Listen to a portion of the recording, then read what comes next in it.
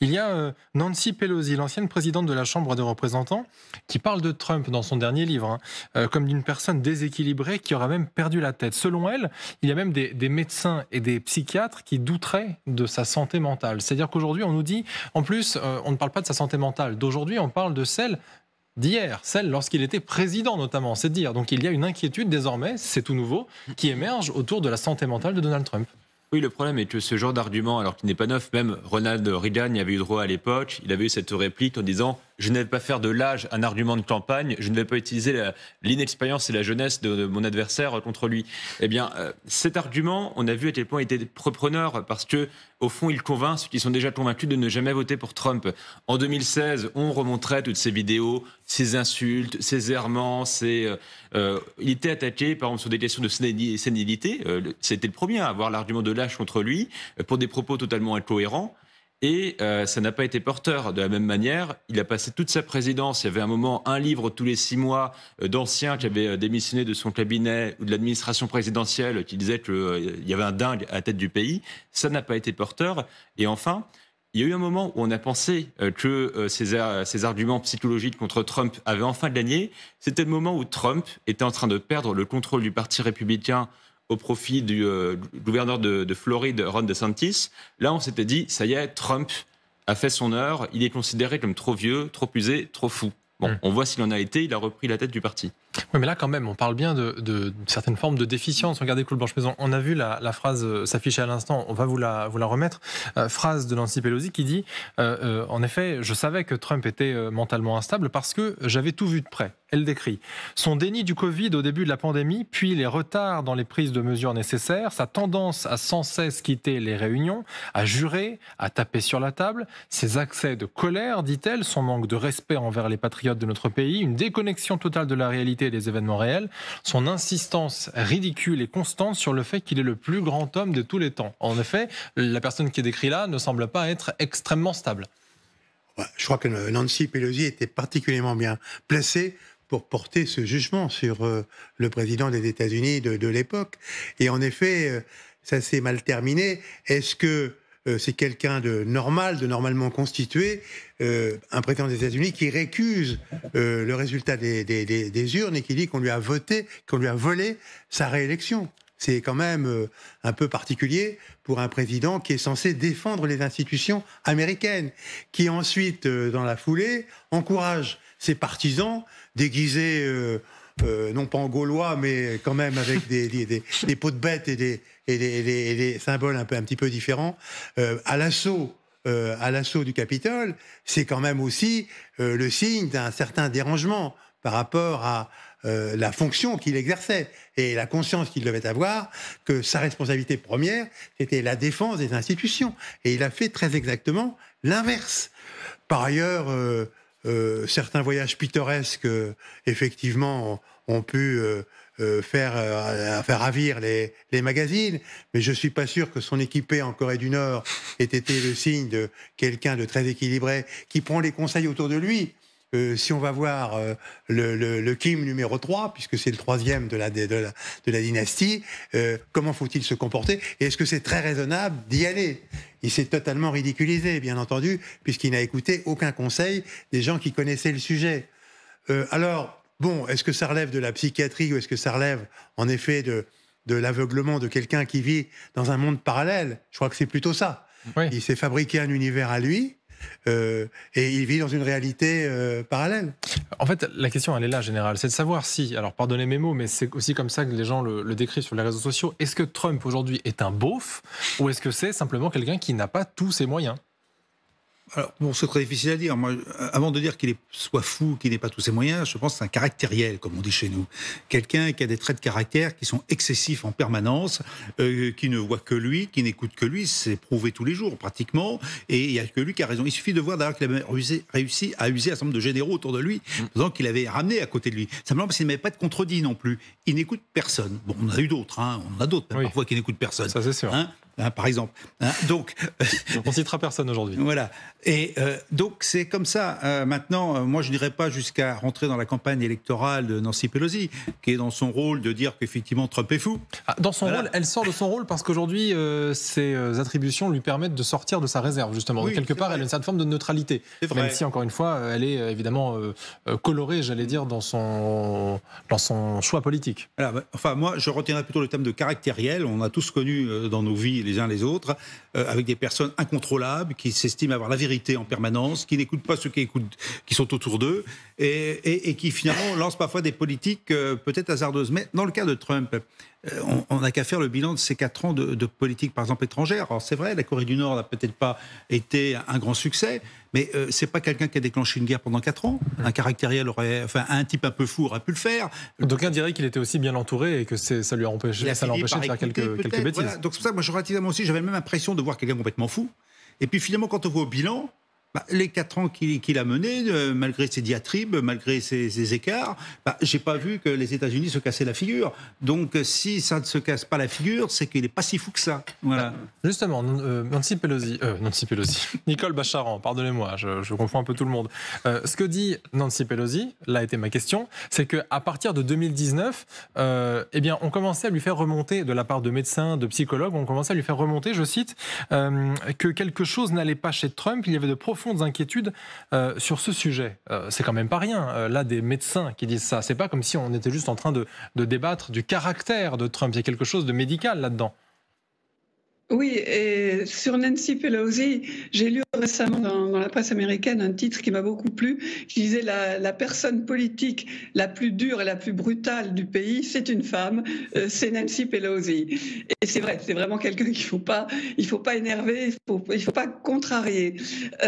Et c'est vrai que la période du Covid a été en quelque sorte un tournant, parce que les extravagances de Trump sont apparues d'une manière criante et franchement inquiétante quand il parlait d'avaler du javel pour nettoyer tous ces microbes qui pouvaient circuler à l'intérieur d'un corps. Mais sa psychologie profonde, d'abord, aucun d'entre nous n'est psychiatre, mais elle est constante. Au fond, c'est quelqu'un comme on en connaît tous, et nous-mêmes, je veux dire, dont les traits de caractère se creusent, se renforcent avec l'âge, et même sans être un expert médical, on voit bien qu'il y a un problème de narcissisme malfaisant, maladif, qui peut le pousser vraiment à tous les excès qui ont été décrits. Il a un ego surdimensionné et extrêmement fragile. Et c'est là qu'est le problème. Cet égo surdimensionné fait qu'il croit qu'il peut tout résoudre, il peut tout faire, il est le plus grand, il est le meilleur, il le clame sans arrêt. Mais cet ego si fragile fait qu'il ne supporte pas la contradiction, même la plus petite. Il sort l'arme nucléaire du débat immédiatement, il insulte, il rage, etc. Et il n'accepte pas les conseils non plus. Ça a été très bien dit. Donc, oui, je dirais qu'il y a un problème psychiatrique chez Trump. Ça n'en fait pas forcément un fou dangereux. Effectivement, il n'a aucune envie d'appuyer sur le bouton nucléaire. Ça, tout le monde le sait bien. Mais ça n'en fait pas non plus quelqu'un qui est qualifié pour exercer la fonction suprême. La question qui se pose aussi derrière, Aurélien Duchesne, c'est l'entourage des présidents ou de ceux qui sont appelés à l'être. C'est-à-dire qu'en fait, il y a énormément de garde-fous, il y a des gens qui les conseillent. Un président n'est en réalité qu'une personne qui est extrêmement bien conseillée, bien souvent. Et donc ça aussi, ça définit la personne, le président qui va être élu. C'est-à-dire qu'une fois qu'il a passé le cap de l'élection, derrière, il a toute l'équipe qui va l'entourer. Et ça aussi, il faut faire extrêmement attention à qui sera choisi. Oui, il y a eu des garde-fous institutionnels et de réseaux personnels qui nous ont sauvés peut-être du pire sous l'administration Trump. Je prends un exemple. Alors, on a vu à quel point Trump avait été versatile dans sa politique étrangère. À un moment, il voulait atomiser la Corée du Nord. Puis le lendemain, Kim Jong-un est son meilleur ami. Mais d'après certains du Pentagone, enfin du département de la défense américain, Trump voulait liquider Assad et sa famille en 2018. Puis 2 jours plus tard, finalement, il dit que Assad est un rempart pour protéger le Moyen-Orient de l'islamisme. Et quelques jours après, il s'accorde avec Emmanuel Macron pour aller bombarder. Ils ont très bien fait de le faire.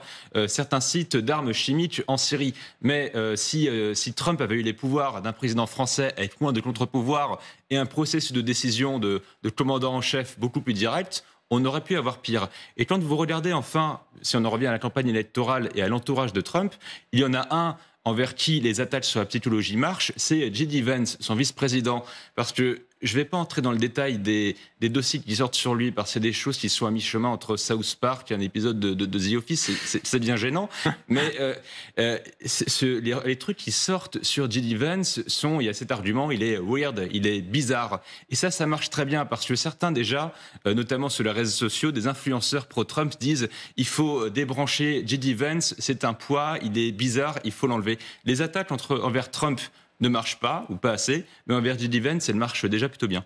En général, il y a aussi une question que j'aimerais aborder, c'est la question de l'argent. Alors vous allez me dire, ce n'est pas forcément ma spécialité, mais regardez, vous allez voir, c'est très intéressant, parce qu'on ne va pas parler des enveloppes générales des campagnes, mais rien qu'en termes de levée de fonds. Eh bien, on apprend que Kamala Harris, elle a dépassé Donald Trump en matière de collecte de fonds pour la campagne présidentielle, et pas qu'un peu. Regardez les chiffres. Elle a levé 310 millions de dollars, soit plus du double de Trump qui a levé 137 millions de dollars. Alors déjà, on va s'intéresser un moment aussi sur les montants astronomiques qu'on peut trouver dans les campagnes présidentielles.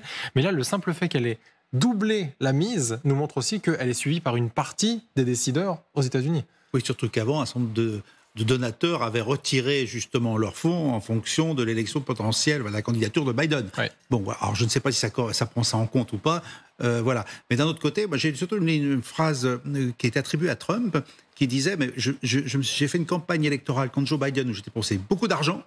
Et maintenant, sur un schéma d'attaque, je dirais, et que maintenant je me retrouve face à Kamala Harris, et il va falloir que je remette au moins autant d'argent avec une nouvelle politique, en quelque sorte, parce que tout l'argent qu'il avait contre Biden avec ses arguments, aujourd'hui, il faut qu'il change entièrement sa campagne. Donc il va effectivement avoir besoin d'argent. Mais c'est ça le problème, je dirais, des États-Unis. Les États-Unis ont besoin, pour leur campagne électorale, les différents politiciens, de beaucoup d'argent. Nous, ça nous dépasse, nous, c'est très contrôlé, en principe. On ne peut pas faire ce que l'on veut, mais les donateurs sont ceux qui soutiennent, finalement, les candidats. Bon, alors maintenant, Kamala Harris, le fait qu'elle ait récupéré plus de 300 millions de dollars montre à l'évidence que les donateurs croient en sa victoire. Et l'argent est quand même une clé du succès. Et par contre, que Trump n'arrive pas... Alors, est-ce que Trump continue à avoir cette donation ? Ça, vous avez peut-être l'élément. C'est de savoir, est-ce qu'il continue à recevoir l'argent et que ses donateurs l'aient quitté ou ne l'aient pas quitté ? Non, il en apporte plus lui-même que n'en apporte. Alors, je ne sais pas s'il a encore les moyens, parce que quand même, on dit tellement de choses sur Trump et sa capacité financière. Parfait, vous me posez une colle, eh bien j'ai les chiffres, général. Regardez, sur l'ensemble de la campagne, Kamala Harris, elle arrive à 377 millions de dollars, ok ? C'est-à-dire 50 millions de plus que Trump à 327. Vous voyez, j'ai les chiffres. Donc ça veut dire que mécaniquement, si on fait un calcul et qu'on disait juste là, juste avant que Trump avait des levées de fonds de 137 000, ça veut dire qu'il apporte 190 millions avec sa fortune personnelle. Oui, c'est pas mal, j'ai envie de dire. C'est pas mal, mais enfin, du coup, alors, j'avais pas les chiffres, donc je peux pas répondre plus. Vous me demandez, général. Vous êtes là pour ça, vous êtes là pour apporter ces éléments qui pourraient nous manquer. C'est ça qui est important et satisfaisant. Non, d'un autre côté, on voit quand même maintenant que vous donnez ces deux chiffres qui sont à peu près équilibrés. Exactement. En fait, il n'y a plus vraiment de différence dans les capacités financières de l'un ou de l'autre. Donc, il y a un équilibre financier dans les campagnes de l'un et de l'autre. Donc, maintenant, on va vraiment être sur la qualité des individus et on va revenir effectivement à, d'abord, le plan de campagne. On a parlé vaguement, de toute façon, du programme des uns et des autres. Le programme des uns et des autres va devenir comme extrêmement intéressant parce que maintenant, on va pouvoir le décortiquer. On va y revenir. Effectivement, voilà. Et ensuite, on a aussi ce débat du 4 septembre où, effectivement, c'est l'affrontement des personnalités en tant que tel. On parle de caractériel ou peut-être de quelqu'un qui est atteint psychiatriquement, puis quelqu'un qui est peut-être beaucoup plus calme. Un homme, une femme, ça va être extrêmement intéressant à voir. Donc je dirais que l'aspect financier étant écarté, on va se retrouver maintenant face aux personnalités, puis les électeurs vont juger un petit peu sur pièce. C'est-à-dire qu'on sait parfaitement que ceux qui votent déjà démocrate à fond ne changeront pas d'avis, que ceux qui votent républicain à fond ne changeront pas d'avis. Et en fait, c'est sur la masse. C'est ce que disait, je crois, c'est Anne Kraft, il y a quelques jours. C'est vrai qu'il y a un domaine que nous, on ne voit pas, ce sont les indépendants, ceux qui ne sont ni d'un côté ni de l'autre, et qui représenteraient près de 35% des électeurs. Donc c'est ces 35 électeurs qui seraient la cible finalement des campagnes, parce que ceux qui sont déjà convaincus ne changeront pas d'avis, mais au milieu, il y a un capital de votants. Claude Blanche-Maison, sur l'argent. Sur le financement, cette grande spécificité évidemment de la politique américaine, il y a un élément qui joue également en faveur de Kamala Harris, c'est qu'il semble bien que, bien sûr, les grands financeurs, les grands sponsors se sont tournés la finance, bien sûr, mais qu'elle a aussi beaucoup de financement qui viennent de petits contributeurs. Et ça veut dire qu'il y a un mouvement, peut-être dans la classe moyenne qui se dégage. En tout cas, dans ces 300 et quelques millions, il y a des petits contributeurs et pas seulement des grosses compagnies.